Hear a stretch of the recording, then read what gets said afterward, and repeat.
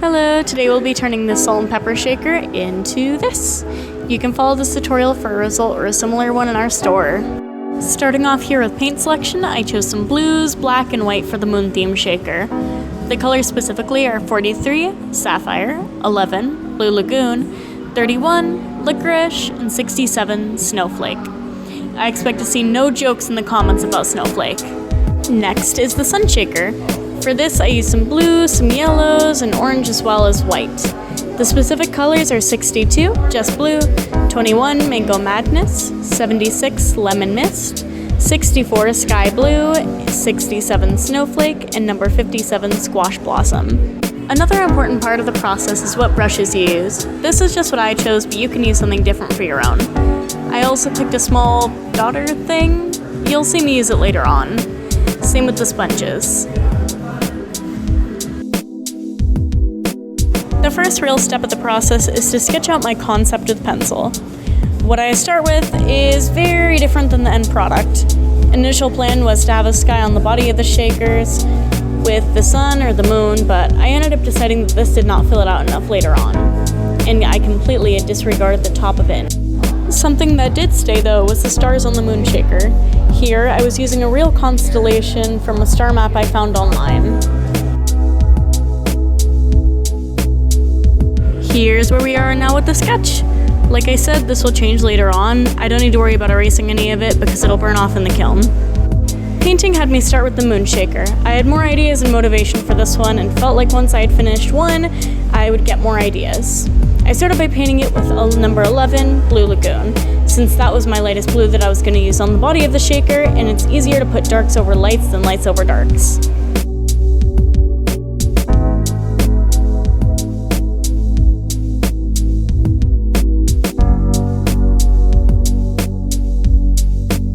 Now, I used number 62, Just Blue, to coat the sun shaker with a very basic sky color. This would be a good jumping off point for whatever I decided to do next.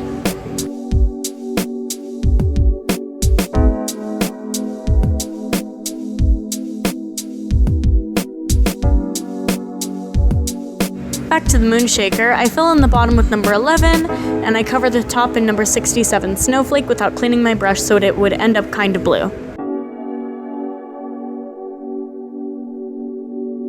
By this point in the painting, I started to see the holes of the shaker clogging, so I blew on it to try and clear them. It didn't work very well.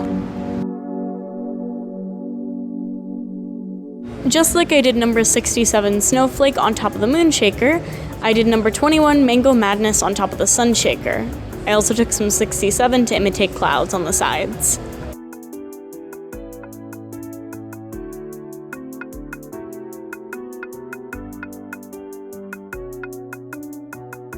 Now, going in with some darker colors, I use a sponge to put number 43, Sapphire, onto the bottom of the shaker, fading up into number 11.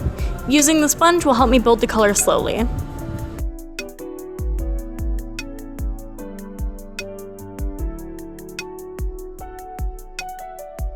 Using a mix of 2 parts 67 and 1 part 11, I do the same to the top, fading the lighter color into the dark.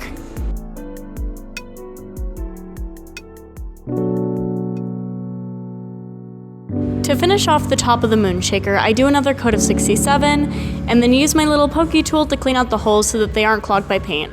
By this point, I had been working on the shakers for way too long in one sitting and made the biggest mistake of the entire process, mixing 21 and 62. Now, I'm not entirely sure what I thought would happen here, but I did fix it on day 2.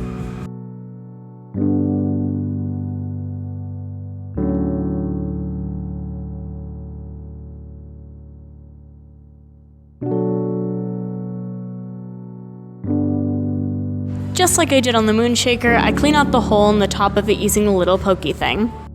The last thing I wanted to do on day 1 was to put the constellations back on from the sketch, so I got another star map pulled up and started working. I also thought it'd be cute to add their names next to them, so I did that too.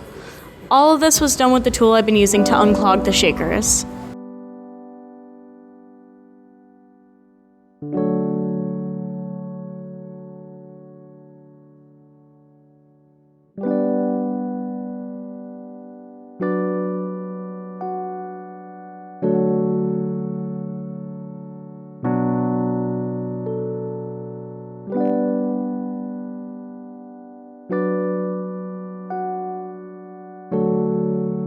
also ended up going back in to add more clouds on the sun shaker with the broad sponge because I wasn't really happy with it quite yet.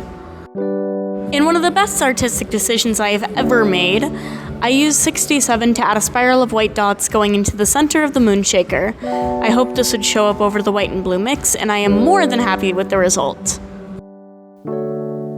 The plan for day 2 was to focus on improving the sun shaker. I was feeling a little under the weather when I recorded this, hence why I have a mask on in this section. The first thing I did was to cover literally everything and start over. I covered the yellow with 21 and the blue with 62. Now, for fluffier clouds, I tapped on 67 with a fan brush. The bristles were broad enough that they looked better for what I was going for. Here, I had a big idea to add mountains onto it in 64 to fill out more space. This was to imitate my drive to work, which that day was a beautiful cloudy landscape over the mountains.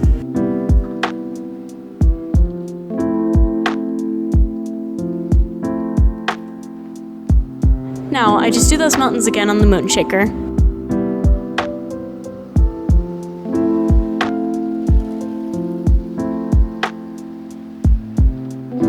Deciding I didn't want to add more constellations, I put some more clouds on with 67, but I ended up messing up part of the mountains, so I wipe it off and paint over it again in 31.